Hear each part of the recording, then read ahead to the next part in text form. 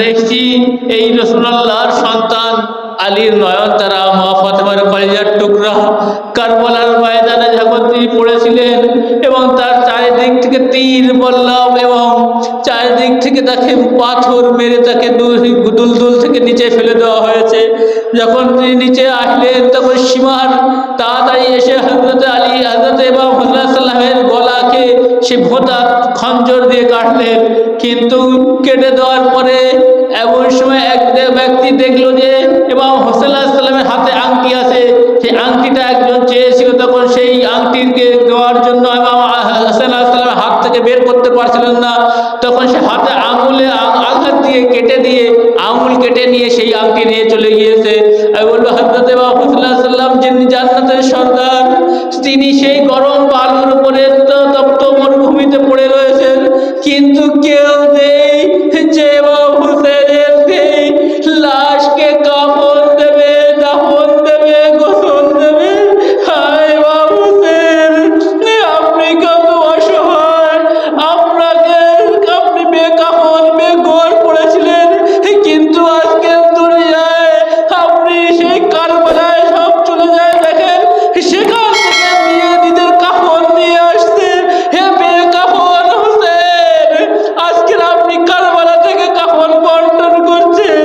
হে বেগোসল হোসেন, আপনাকে বেঘর হোসেন, আপনার ওখান থেকে আপনার আপনার সেই কবর থেকে, আপনার ওখান থেকে শহর থেকে আজকের মানুষ কাফন নিয়ে কিনে আসছে কি জন্য? যে আমার কাফন যেন কারবালার কাফন হতে পারে। আল্লাহ তাআলা কত বড় সিস্টেম করে দেয়, যাকে কাফন দেয়নি আর সে কাফন বন্টন করছে, তার কাছ থেকে পবিত্র কাফনকে মাস করে নিয়ে আসছে এবং সেটাকে খাকে শেফা আল্লাহ তাআলা করে দিয়েছেন। যে মাটিতে ইমাম হোসেন শহীদ হয়েছেন সে মাটি নয়, সে মাটি খাকে শেফা। এবং যে এখানে ইমাম হোসেন যে গম্বুজের নিচে শুয়ে রয়েছেন সেখানে দোয়া মুস্তাজাব হয়, সেখানে দোয়া করলে দোয়া রদ হয় না। এবং ইমাম হোসেনের বৈশিষ্ট্য এটাই যে ইমাম হোসেন আলাইহিসসালামের নিজের রক্ত দিয়ে আল্লাহর দ্বীনকে বাঁচিয়ে দেন, নিজের 6 মাসের শিশুকে দিয়ে ইসলামকে বাঁচিয়ে দেন।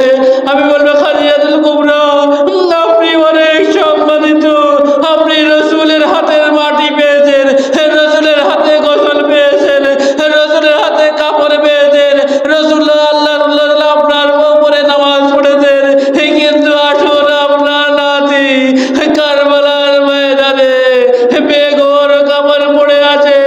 মুসলমানরা ইয়াজিদরা তারা তো নিজের নাপাক এবং নাজিস লাশকে দাফন করে দিয়েছে, কিন্তু জান্নাতের সর্দারকে 2 মুঠো মাটি দিয়ে দাফন করেনি।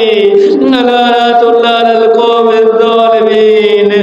সিরাতুল্লাযিনা